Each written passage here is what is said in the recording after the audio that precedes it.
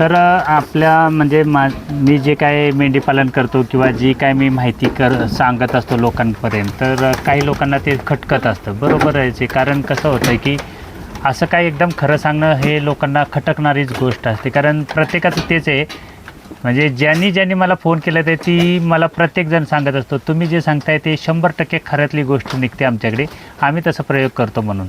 तर कसं होतं की काही लोकांना ते पटतंय, ते करतायत म्हणून त्यांना वाटतंय, पण काही लोकांना जास्त खटकतंय. ह्या ज्या मी गोष्टी सांगतो ना, त्या काही लोकांना जास्त खटकतात. आता एका भावाने लिहिलेलं आहे, मेंढीपालनात असं काय होत नाही, मी PhD केलेली. आता त्याने अभ्यासाची PhD केली का अनुभवाची PhD केली ती त्यांना माहिती आहे.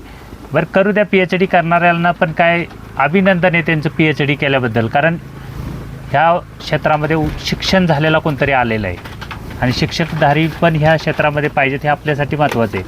बरं, आता आजपर्यंत कुठल्याच ज्यांनी कुणी मेंढीपालन केलं किंवा ज्यांनी कुणी यूट्यूब केलं त्यांनी कधी कुणाला सांगितलं की तुम्ही असा जर चारा करून गव्हाणीमध्ये घातला मेंढरांना तर तुमच्या गव्हाण्या साफ करायला मेंढरांना लागत नाहीत? आजपर्यंत सांगितलं का कुणी? नाहीच सांगितलं. कारण आमचा अभ्यास तर तेवढ्यापर्यंत होता. आणि मी काय सांगितलं की जर काय तुमचं 2D मशीनमधून जर चारा करून जर मेंढरांना घालत असाल तर गव्हाण्या साफ करायला लागत नाहीत, हे मी सांगतो. आजही मी सांगतो आणि छाती ठोकून सांगतो आणि 101% सांगतो, ज्यांनी केलं आहे त्यांच्या गव्हाण्यामध्ये झाडू मारायला लागत नाही आणि लागणार पण नाही. आता तुम्ही म्हणाल की काय पण सांगताय, बरोबरच आहे, मी काय पणच सांगत असतो, कारण मला थापा टाकायच्या लय गोष्टी येतात. माझ्या पाठीमागे भोरचे दानवले साहेब आहेत, त्यांनी पण 2D मशीन वापरतात, सेम चारा वापरतात. तुम्ही त्यांच्याकडे बघायला जाऊ शकता.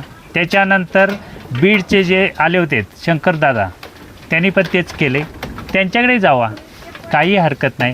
त्याच्यानंतर आपले लोणंदमध्ये एक मित्र आहेत, त्यांच्याकडेही 2D आहे, त्यांच्याकडेही जावा, त्यांच्याही मेंढरांचा चारा बघून या. आणि त्याच्याच नंतर जर अजून डाऊट वाटत असेल तर काल जे आले होते ना मंगळवेढ्यातले दादा, त्यांच्याकडे जावा, तेही 2D मशीन वापरतात. ते एक नाही तर 2 मशीन वापरतात. तर हा 2D मशीनचा एक विषय झाला. 2D मशीनमधनं ज्यांनी कुणी चारा करून ह्या गव्हाण्यामध्ये घातला त्या गव्हाण्या एकदम चकाचक होणार. हे आज नाही नव्हे, तुम्ही लिहून ठेवा, रेकॉर्ड करून ठेवा, अजिबात काही प्रॉब्लेम येणार नाही, कसंही करा.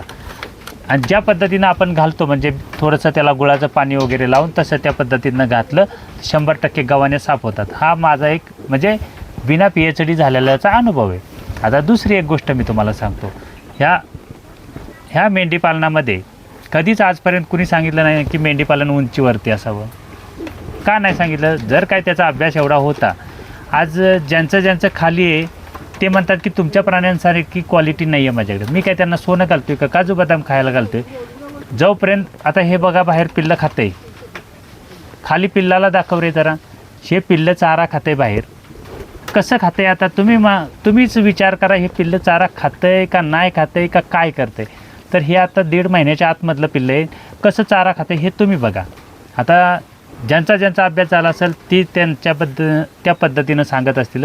पण मी तुम्हाला सांगतो, जर का पिल्लांना बारीक पद्धतीनं चारा केला आणि ह्याच्या 26 प्राण्यांमध्ये बघा, मी काय सांगतो आहे, सगळ्यात मोठा प्रश्न त्या खुराकाचा अडकला आहे आणि त्या सगळ्यांच्या नरड्याला तेच अडकलं आहे. कारण त्या खुराकाचाच विषय सगळ्यांच्या गळ्यात अडकला. तर 26 प्राण्यांना, आज पण मी सांगतो आहे, 26 प्राण्यांना 1 किलो खुराक घालतो. आणि ज्यांनी कुणी करायचं असेल त्यांनी असं करा, 26 प्राणी आहेत ना तुमच्याकडे, 1 किलोच खुराक घाला. ते पण काय करायचं, पावडर करायची, म्हणजे भरडा करतो त्या पद्धतीनं, आणि जो काय तुम्ही चारा घालणार आहे त्या चाऱ्यामध्येच मिक्स करायचं आणि हे ह्यांना घालायचं.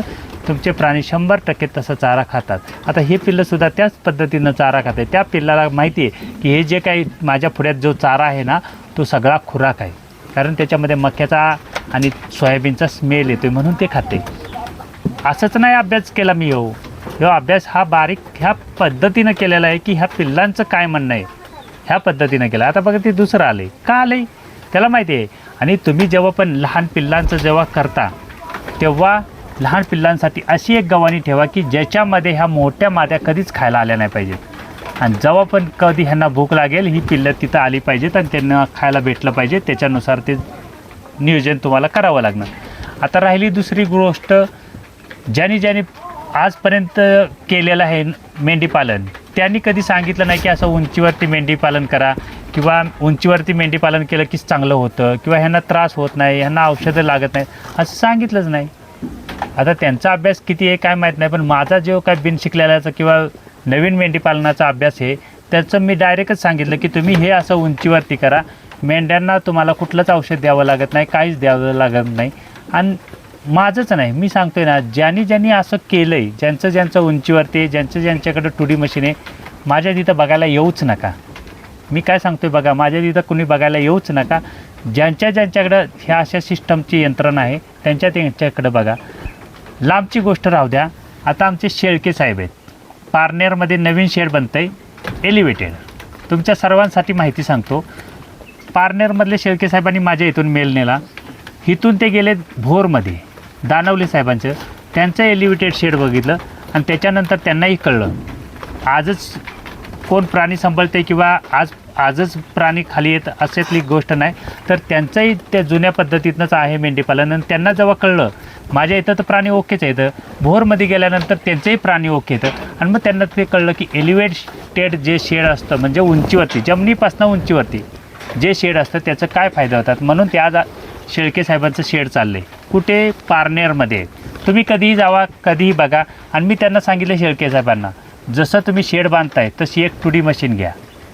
मी हक्कानं सांगितलं आहे, कारण माझ्यासारखे जर तुम्हाला प्राणी बनवायचे असतील तर तुम्हाला हे करावं लागेल. आणि त्याच्या पद्धतीनं ते चाललं आहे. कधीही तुम्ही कोणाकडेही जा, आता ते बीडचे जे साहेब आले होते त्यांच्या तिथं पण त्यांनी पण मला मेसेज केलेत की माझं पण 15 दिवसाचं पिल्लं चारा खातं. आता काल जे आपल्याकडे मंगळवेढ्यातले सर आले होते तेही सांगतात आमच्याही गावाला झाडू मारायला लागत नाही. मग हे जर त्यांचं होतं आहे, आता मी तर मला काय थापा मारायची मागे एकानं सांगितलं होतं ना तुम्ही थापा मारता, तर मला थापा मारायची सवय आहे. पण ह्या एवढ्या लोकांकडं पण सेम होते, म्हणजे मी थापा मारतो आहे का काय आहे ते तुम्ही ठरवायचं आहे. आणि कमेंट करायला कुणीही करू द्या, काय हरकत नाही. तुम्ही मेंढीपालनातलं काही विचारा मला, मी तुम्हाला सांगतो ना 100% मी त्याचं सोल्युशन सांगू शकतो. पण त्या पद्धतीनं केलं पाहिजे. आज खूप साऱ्या लोकांचं खाली ग्राउंडला आहे, ग्राउंडला असून खुराक घालूनसुद्धा अशी क्वालिटी होत नाही आणि होणारसुद्धा नाही. लिहून ठेवा. आणि हेच ग्राउंडला न ठेवता उंचीवर ते ठेवा. 10 ते 15 ग्राम खुराक खाऊ द्या त्यांना. दुसऱ्या तिसऱ्या दिवसापासून ते चारा खायला लागतं आणि खुराक खातं. तेव्हापासून जर असं केलं तर त्याच्यानंतर तुम्हाला अशा क्वालिटीची पिल्लं होतील. आणि ही पिल्लं कधी होतात, ह्याच्या आतमध्ये ग्रिल आहे, ह्या ग्रिलच्या आतमध्ये एकदा राहायला लागलीत ना पिल्लं की त्यांना बाहेर येता येत नाही. म्हणजे 3-3.5 महिन्याची पिल्लं झाली तर आता गोमू आमच्या ते शिवाभाई आतमध्ये, ह्यांना बाहेर येता येत नाही. परत इकडे एक तिसऱ्या पिल्लातली मादी आहे, ह्यांना बाहेर येता येत नाही. म्हणजे 3-3.5 महिने झालेत ना की ह्या ग्रिलमधनं प्राण्यांना बाहेर येता येत नाही. मग त्यांना काय होतं, जे काय मेंढरांना जो काय चारा आहे तोच चारा खायचा असतो. त्याच्यामध्ये सर्व प्राण्यांमध्ये 1 किलो खुराक असतं. त्या खुराकात किती त्यांना मिळत असेल त्यांचं त्यांना माहिती.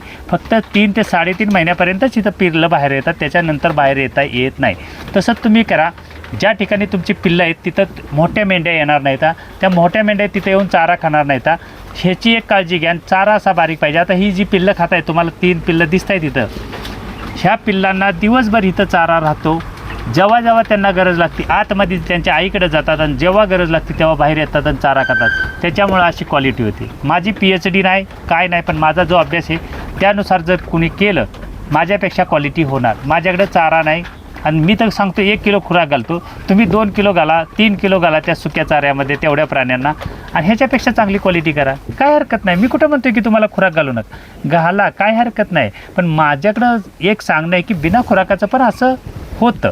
आता 26 प्राण्यामध्ये जर 1 किलो खुराक असेल तर तुम्ही डिवायडेशन करा. कारण माझं शिक्षण नाही त्याच्यामुळं मला ते गुणाकार भागाकार येत नाही.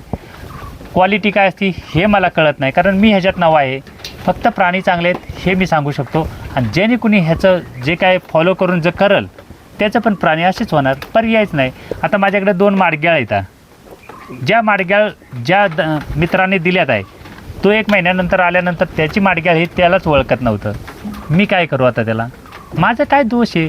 माझ्याकडे जे आहे ते एकदम नॅचरल पद्धतीने आणि माझंच ओके आहे, माझंच सक्सेस आहे. ह्याची गरज नाही. भोरमध्ये जावा, दानवले साहेबांना विचारा, चर्चेत नाव आहे. भोरमध्ये जर गेलात ना तर चर्चेत नाव आहे. आता बीडचे दादा आहेत ते पण एलिव्हेटेड शेड करतायत. पारनेरमधले दादा आहेत ते पण एलिव्हेटेड शेड करतायत. काल जे मंगळवेढ्यातले सर आले होते ते एलिव्हेटेड शेड करतायत. जर एवढी लोक जर करत असतील मग मी मूर्ख आहे का? तर तुम्ही समजून जा रे बाबांनो. ज्याने कोणी काही कमेंट करू द्या हो, पण जर माझ्यासारखं जर एवढी लोक करत असतील आणि प्रत्येकजण सांगतोय ना तुम्ही तुळीतनं चारा घातला की गव्हाणी साफ करायला लागत नाही, ती पण लोक सांगतायत. मी तर सांगतोयच, मला माहितीच आहे, तीही सांगतात. म्हणजे त्यांनाही अनुभव येतो आहे. आता एवढं हे खर्चिक शेड आहे, मी तुम्हाला सांगतो हे खर्चिक शेड आहे. दानवले साहेबांनी 2.5 ते 3 लाख रुपये खर्च केलेत. आता पारनेरमधले दादा करतायत, ते बीडचे शंकर दादा करतायत आणि मंगळवेढ्याचे पण सर करतायत आणि अजून एका मित्राने मला व्हिडिओ पाठवले तेही करतायत. जर ह्या सगळ्यांचं असेल आणि सगळ्यात महत्त्वाचं म्हणजे जर कुणाला अजून डाऊट असेल ना तर जालन्यामधले शेतकऱ्यांचे पण आहेत. जालन्यामधल्या सरांचे जे आले होते ना, आपण त्यांना नारी सुवर्ण प्राणी दिलेले आहेत, त्यांचंसुद्धा एलिव्हेटेड शेड आहे. फक्त त्यांच्याकडे 2D नसेल पण एलिव्हेटेड शेड आहे. तुम्हाला कुणाला जर बघायचं असेल ह्या सगळ्यांकडे जावा, तुम्ही बघा आणि त्याच्यानंतर चौकशी करा. मग तुमची PhD किती झाली, काय किती झाली ते तुमच्यापाशी ठेवा. फक्त माझा अनुभव आहे तेवढाच मी सांगू शकतो. ह्याच्या पलीकडे माझं काय PhD नाही, माझं काय शिक्षण नाही, मला गुणाकार भागाकार तसलं काय माहीत नसतं. पण मला एक कळतं की हे कमी चाऱ्यामध्ये कमी खुराकामध्ये हे 100% सक्सेस होतं.